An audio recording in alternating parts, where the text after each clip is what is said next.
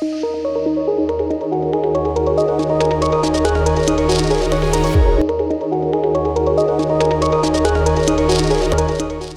बच्चों, कैसे हैं आप सभी। उम्मीद करती हूँ आप सभी बहुत अच्छे से होंगे और खूब अच्छे से पढ़ाई भी कर रहे होंगे।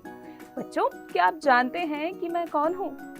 जी हाँ बच्चों, मैं हूँ आपकी टीचर और मेरा नाम है मनीषा झा। बच्चों, हिंदी में हम क्या क्या पढ़ने वाले हैं? क्या क्या पढ़ेंगे? रोचक कहानियों के बारे में, संवाद के बारे में और कविताओं के बारे में। तो बच्चों, कक्षा की शुरुआत करते हैं। बच्चों, पाठ है शाहजहांपुर का खिरनी बाग। ये कहानी है।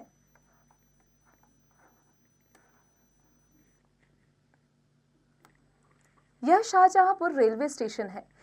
स्टेशन पर इधर उधर नजर दौड़ाता हूँ तो शहीदों की इस नगरी के स्टेशन पर उनके नाम पर कुछ नहीं है, जबकि शाहजहांपुर के जनपद में पंडित राम प्रसाद बिस्मिल, अशफाकुल्लाह खान और रोशन सिंह जैसे तीन क्रांतिकारी शहीदों ने जन्म लिया था। स्टेशन से बाहर निकलता हूँ और दाहिनी ओर चलकर रिक्शे से खिरनी बाग की ओर चल देता हूँ। इसे सड़क कहूँ या गलियारा, गड्ढों से पटी यह सड़क नगर की मुख्य सड़क है। कुछ कहते नहीं बनता है, सड़क में गड्ढे या गड्ढे में सड़क है। मतलब इतनी खराब सड़क है कि क्या कहा जाए कि ये गड्ढे में सड़क है या सड़क में गड्ढे हैं।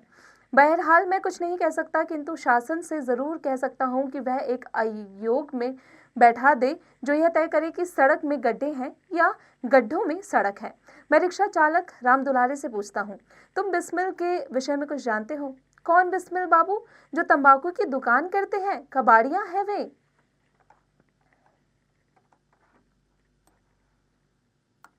नहीं भाई, मैं झुंझलाकर कहता हूँ, अरे पंडित राम प्रसाद बिस्मिल, जिन्हें अंग्रेजी ने फांसी लगाया पर लटकाया था। हाँ बाबू, जानता हूँ। उनकी मूर्ति वहीं खिरनी बाग में ही तो लगी है। हर साल वहाँ जलसा होता है, बड़े बड़े नेता आते हैं, मिठाई चाय और ना जाने क्या क्या उड़ता है। हम लोगों को सवारियाँ तो मिलती हैं उस दिन, पर ये नेता लोग पैसा देने में बड़ी कंजूसी करते हैं। बातें हो रही है, खिरनी बाग आ जाता है। मैं रिक्शा चालक को भाड़ा देकर विदा करता हूँ और खंदकों में से पटी हुई सड़क पर बचाकर चलता हूँ। काली मंदिर के सामने एक गेट बना है जिस पर बिस्मिल द्वार, बिस्मिल नगर लिखा है। एक आधुनिक तरुण से पूछता हूँ, यहाँ राम प्रसाद बिस्मिल का मकान किधर है? वे कहते हैं, मैं तो नहीं बता सकता, बाहर का रहने वाला हूँ। यहाँ आए हुए अभी 6-7 महीने ही हुए हैं। आप उस पान की दुकान पर पूछ लो। ऐसा कहकर वे आगे बढ़ जाते हैं। मुझे बिस्मिल जी का जन्म स्थान बता दीजिए, पान की दुकान वाले से पूछता हूँ।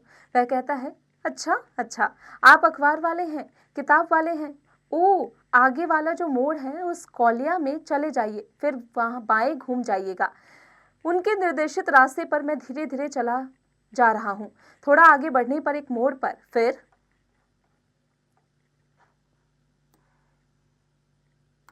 ठिठकता हूँ। एक विद्यार्थी हाथ में गैस पेपर लिए परीक्षा की तैयारी में पान मसाला चबाता हुआ टहल रहा है और मुंह में कुछ बुदबुदाता हुआ जा रहा है। मुंह से चिरैया नक्षत्र की जैसी फुहारें पन्ने पर पड़ रही है। मैं पूछता हूँ, बेटा, यहाँ बिस्मिल जी का जन्म स्थान कहाँ है? वह कहता है, वो आगे कुछ हरा पुता मकान जो दिखाई देता है वही है। मैं मनेपन से आगे बढ़ता हूँ और विचारों की लंबी रील मस्तिष्क में चलने लगती है। अपराजय विश्व प्रसिद्ध क्रांतिकारी शहीद का जन्म स्थान स्वतंत्र भारत में पूछ पूछ कर खोजना पड़ रहा है, जहाँ छोटे छोटे चोर भ्रष्टाचारी नेताओं के नाम पर न जाने क्या क्या किया जा रहा है। उनके नाम पर सड़कें बन रही हैं, कॉलेज खुल रहे हैं, अस्पताल तैयार हो रहे हैं। वहाँ एक मकान शहीद के जन्म स्थान तक पहुँचने में दिक्कत हो रही है। याद आ रही है बिस्मिल की वे लाइनें जो जन्मभूमि के प्रेम में सरोबोर होकर उन्होंने फांसी की कोठरी में लिखी थी। हाय, जननी जन्मभूमि छोड़कर जाते हैं हम, देखना है फिर यहाँ कब लौट कर आते हैं हम। स्वर्ग के सुख से भी ज्यादा सुख मिला हमको यहाँ, इसलिए तजते इसे हर बार शर्माते हैं हम। ए नदी नालों दरख्तों पक्षियों मेरा कसूर, माफ करना जोड़कर हाथ तुमसे फरमाते हैं हम। यहाँ पर बिस्मिल जी कह रहे हैं कि ए जननी जन्मभूमि, तुझे छोड़कर जाने की मेरी इच्छा तो नहीं हो रही, लेकिन मेरा वक्त आ चुका है, मुझे अब लौट कर जाना है। मुझे नहीं पता कि मैं फिर कभी जब दूसरा जन्म लूँगा तो इसी धरती पर लूँगा या नहीं, लेकिन मैं तुझे ये ज़रूर बता सकता हूँ कि स्वर्ग से भी ज़्यादा सुख, स्वर्ग से भी ज़्यादा आनंद जो है मुझे इस धरती पर अपनी जननी जन्मभूमि पर मिली है।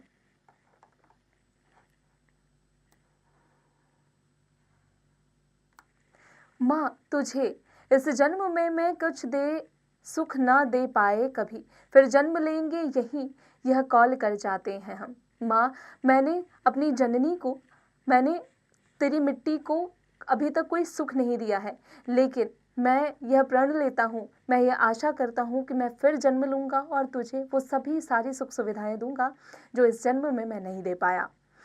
अब उसी गंदी उबड़ खाबड़ गली के मकान नंबर 279 के सामने मैं खड़ा हूँ। एक मंजिल का अत्यंत साधारण यह मकान हल्के नीले रंग से पुता है। पुरानी चाल के 2 दरवाजे हैं, एक कुछ चौड़ा कुछ संकरा। यही वह पावन धरती है जिसमें अंग्रेज साम्राज्य को दहलाने वाले पंडित राम प्रसाद बिस्मिल ने जन्म लिया था। मैं वहां की धूली को हाथ से चंदन की तरह उठा लेता हूँ और माथे पर छुपड़ लेता हूँ। विचित्र बात, इन धूली कणों में वो चंदन जैसे शीतलता नहीं है, बल्कि चिंगारियों की चुनचुनाहट महसूस हो रही है। शरीर में एक हाथ साथ हजारों आग की लपटें भर जाती हैं। अपने आप इनकलाब जिंदाबाद अधरों से फूट निकलता है। इस घर की छत पर एक युवक खड़ा है। वह कुछ सकपका जाता है, पूछता है, का काम है भैया? मैं उसे नीचे बुलाता हूँ। वह बिल्कुल हक्का बक्का सा खड़ा है। कुछ घबराहट भरे स्वर में कहता है, पिताजी को बुलाता हूँ। ये गहरे सावरिया रंग का ढलती उम्र का व्यक्ति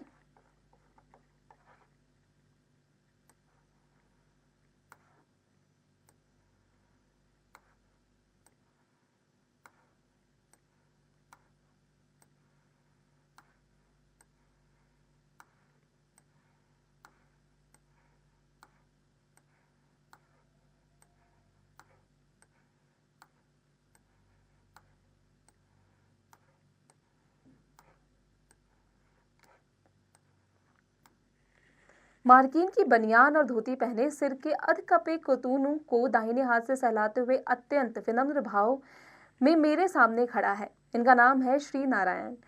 ये ही इस घर के मालिक पुरखा हैं। यही बिस्मिल्लाह जी का मकान है। यह पूछने पर वह बिल्कुल शांत भाव से कहता है, हाँ साहब, मैंने इसे खरीदा था। इसे बिस्मिल की बहन ने एक चूड़ी वाले के हाथ 12 रुपए में बेचा था। उससे एक दूसरे आदमी ने लिया और फिर मैंने 4000 में उनसे खरीदा था। मेरे मन में यह बात कौंध जाती है कि इसी मकान में 11 जून 1897 को पंडित राम प्रसाद बिस्मिल ने जन्म लिया था और आज़ादी के 50 वर्ष बाद उसकी स्वर्ण जयंती पर भी शहीदे वतन के जन्मस्थान की कोई खोज खबर लेने वाला नहीं है। अब मैं मकान के अंदर जाता हूँ, उस स्थान को शीश झुकाता हूँ जहाँ माता मूलमती की कोख से शेरे वतन ने जन्म लिया था। बिस्मिल इस स्थान पर पैदा हुए थे, यह सोचकर मैं कांप उठता हूँ। उपेक्षा के गहन अंधकार में डूबा यह स्थल हमारी अर्चना का स्थल है, हमारी पूजा का मंदिर है। निसंदेह यह अर्पण की भूमि है, तर्पण की भूमि है, वंदन की भूमि है, अभिनंदन की भूमि है। इस मिट्टी का कण कण भारत के प्रत्येक नागरिक में राष्ट्रीय अस्मिता, जातीय शौर्य और बलिदान की भावना भरता है। मन विहल हो रहा है, आंखों में ग्लानि का सागर उमड़ रहा है और घृणा के करोड़ों बिच्छू डंक मार रहे हैं। अंदर की सांस के साथ शब्द निकलते हैं, इस मिट्टी के से तिलक करो, यह मिट्टी है बलिदान की। और मैं बोझिल मन और शिथिल तन से उस भूमि पर लौट जाता हूँ। माँ मूलमती और पिता मुरलीधर के लाडले ने इस घर में किलकारियां भरी थी। यहीं पर तो सोहर गाए गए थे। यहीं रिठौना लगाकर माँ गाय का दूध पिलाकर मुंह चूमकर अपने पूत को खेलने भेजती थी। बचपन में वीरों की गाथाओं की कहानियां माँ ने उन्हें इसी घर में सुनाई थी। नारायण ऐसे सिधवा आदमी है कि उन्हें अपनी जन्म तिथि भी याद नहीं। उन्हें यह जरूर मालूम है कि बिस्मिल भैया को गोरखपुर जेल में फांसी दी गई थी। कब दी गई थी यह वे नहीं जानते। वे कहते हैं, मिश्र जी आपको सब कुछ बता देंगे, यही सामने वाला घर है उनका। मैं नारायण के साथ श्री नन्हेलाल मिश्र के द्वार की कुंडी खटखटाता हूँ।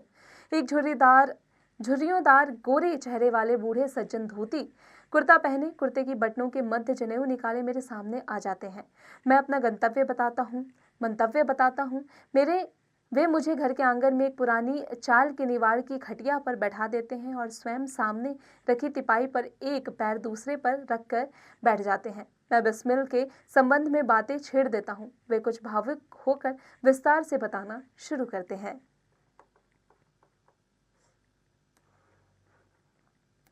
मैंने बिस्मिल भैया को तो नहीं देखा, किंतु उनके माता पिता को खूब देखा है। पिताजी तो मेरे पास जब तब आकर बैठते थे। दूर ही कौन, सामने ही तो घर है।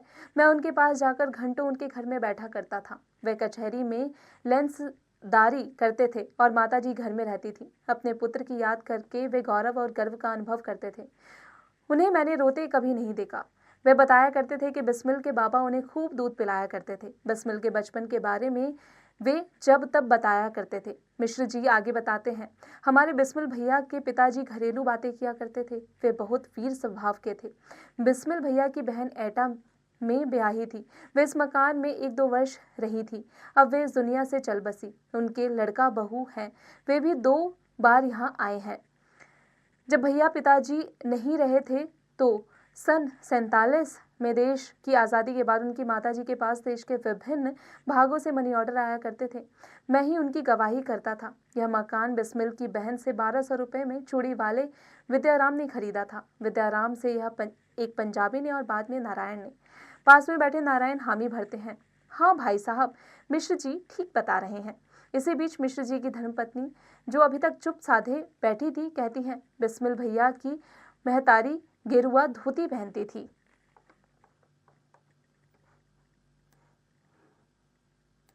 आज पुरानी चाल की एक पल्ले वाली धोती को सिर के ऊपर से खिसकाते हुए कहती है, बिस्मिल भैया की महतारी इसी मेरे आंगन में बैठा करती थी और अपने पुत्र की यादों के पुलिंदे खोलती थी। कभी कभी तो वे अत्यधिक भावुक हो जाती थी, पर क्या मजाल जो आंखों से आंसू टपके। वे बताती थी कि भैया जब आर्य समाज में जाने लगे तो पिताजी बहुत नाराज होते थे, किंतु मैं भैया को उत्साहित करती रहती थी। मिश्र जी किंचित गंभीर होकर कहते हैं, इस शहर का दुनिया में नाम करने वाला यह घर एक इतिहास है, किंतु शासन में बैठे लोग अपने अपने इतिहास को उजागर करने में जुटे हैं। पर जिनकी बदौलत हमें आज़ादी मिली, उन्हें भुला दिया। हम लोग समझते हैं कि यहाँ स्मारक जरूर बनेगा। यादगार की वजह से ही मैंने इस घर को नहीं खरीदा था, किंतु अपने देश में सब कुछ है देशभक्ति छोड़कर। बिस्मिल के विषय में कहा जाता है कि वे रुद्र, आनंद प्रकाश, परमहंस तथा महंत आदि छद्म नामों से क्रांतिकारियों को पत्र लिखते थे। नारायण जी व मिश्र जी से विदा लेकर मैं गली गली चला आ रहा हूँ।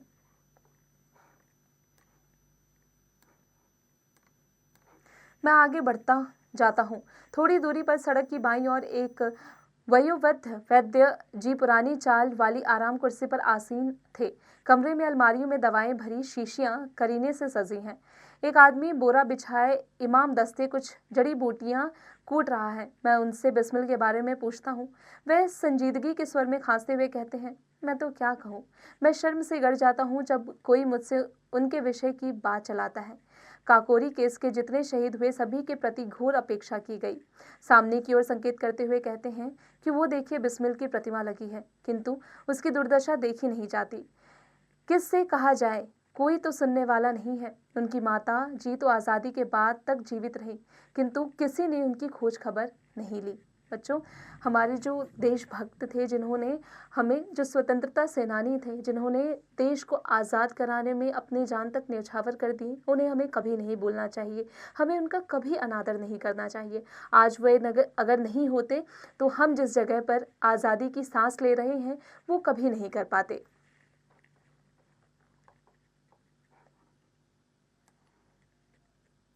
बिस्मिल की माताजी ने ही तो उन्हें ऐसा गढ़ा कि वे देश के लिए कुर्बान हो गए। माताजी के द्वारा दिए गए 125 रुपयों से ही उन्होंने ग्वालियर में टोपीदार 5 फायर वाला रिवॉल्वर खरीदा था। यही गर्रा नदी के किनारे ही तो वे अभ्यास करते थे। लखनऊ कांग्रेस में जाने के लिए माताजी ने ही उन्हें पिताजी के विरोध के बावजूद रुपए दिए थे। ऐसी वंदनीय जननी की तो स्वतंत्रता के बाद पूजा होनी चाहिए थी, किंतु वे उपेक्षा की गर्त में पड़ी रही। कोई और मुल्क होता तो उन्हें आदर से, सम्मान से पाठ दिया जाता, किंतु हम तो सच में कृतघ्न ही निकले।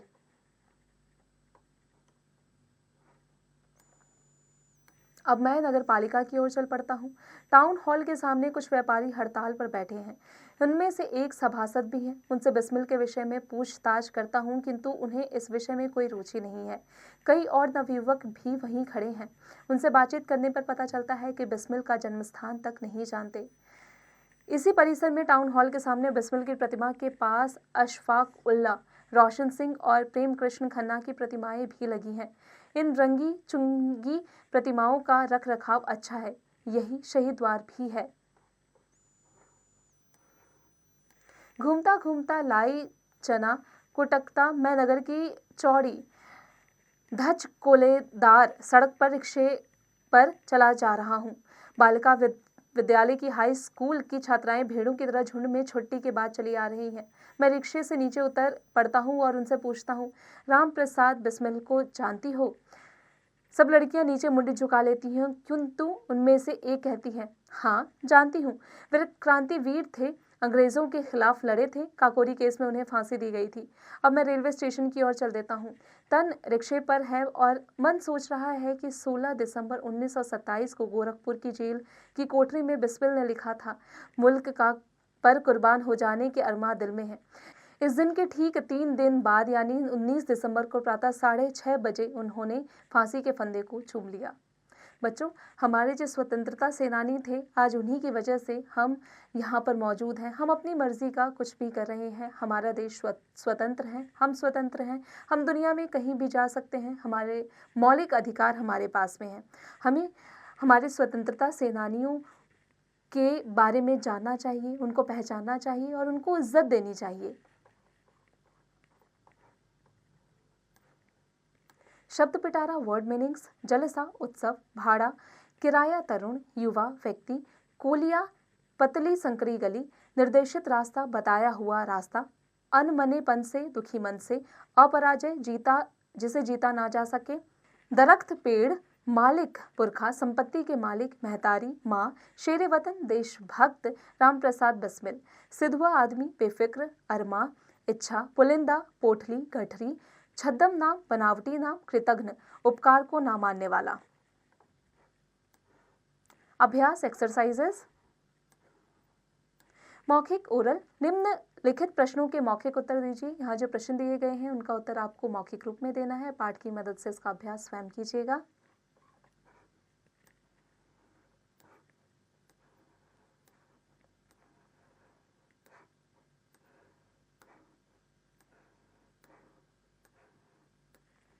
लिखित रिटर्न। निम्नलिखित प्रश्नों के उत्तर दीजिए। बच्चों, यहाँ जो प्रश्न दिए गए हैं उनके उत्तर आपको लिखित रूप में देना है, लिखकर देना है।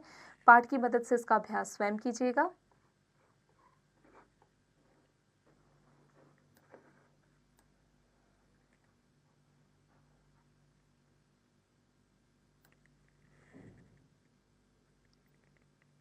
सही उत्तर पर सही का चिन्ह लगाइए। पाठ के अनुसार लेखक इस रेलवे स्टेशन पर उतरा, शाहजहांपुर। एक आधुनिक तरुण से पूछने पर कि बिस्मिल का घर कहाँ है, उसने उत्तर दिया, कौन बिस्मिल बाबू? जो तंबाकू की दुकान करते हैं, कबाड़ियां हैं वो। पाठ के अनुसार बिस्मिल के मकान का नंबर है 279। बिस्मिल के पिता का नाम था मुरलीधर। बिस्मिल की माता का नाम था मूलवती। वाक्यों को पूरा कीजिए।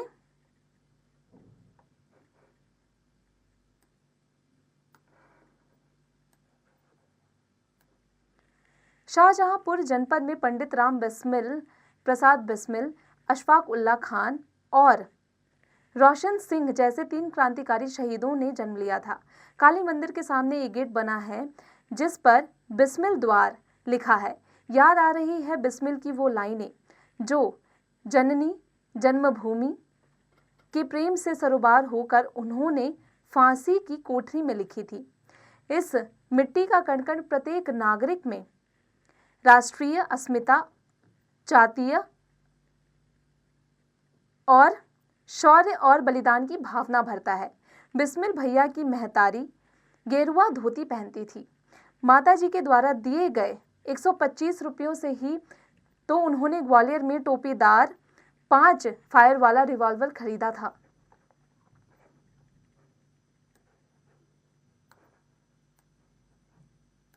भाषा ज्ञान, लैंग्वेज नॉलेज। नीचे लिखे वाक्यों में प्रयुक्त क्रियाओं के काल लिखिए, जैसे सुरेश खाना खाएगा।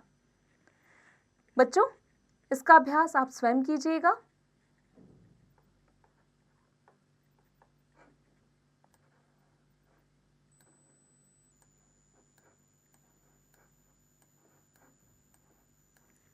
नीचे दिए गए मुहावरों के अर्थ लिखकर वाक्यों में प्रयोग कीजिए। बच्चों, यहाँ पर मुहावरे दिए गए हैं, उनका अर्थ लिखना है और फिर उनका वाक्यों में प्रयोग करना है। इसका अभ्यास आप स्वयं कीजिएगा।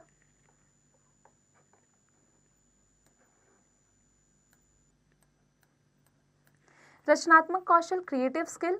पाठ में लेखक ने बिस्मिल का घर खोजने में अनेक कष्ट उठाए। कल्पना कीजिए कि आप भी वहीं जा रहे हैं, तब आप किस प्रकार पहुंचेंगे? अपनी कल्पना के आधार पर लिखिए। इसका अभ्यास स्वयं कीजिएगा। बिस्मिल ने जब 125 रुपए की रिवॉल्वर खरीदी तब उन्होंने क्या अनुभव किया होगा? उन्हें कैसा महसूस हुआ होगा? बच्चों, इसका अभ्यास स्वयं कीजिएगा। मनोरंजक गतिविधि, रिक्रिएशनल एक्टिविटी। अनेकार्थक शब्द, जिन शब्दों के प्रसंग के अनुसार भिन्न भिन्न वाक्यों में भिन्न अर्थ होता है, उन्हें अनेकार्थी शब्द कहते हैं, जैसे धन, बादल, हथौड़ा। निम्नलिखित शब्दों के अनेकार्थी शब्द लिखिए। बच्चों, इसका अभ्यास आप स्वयं कीजिएगा।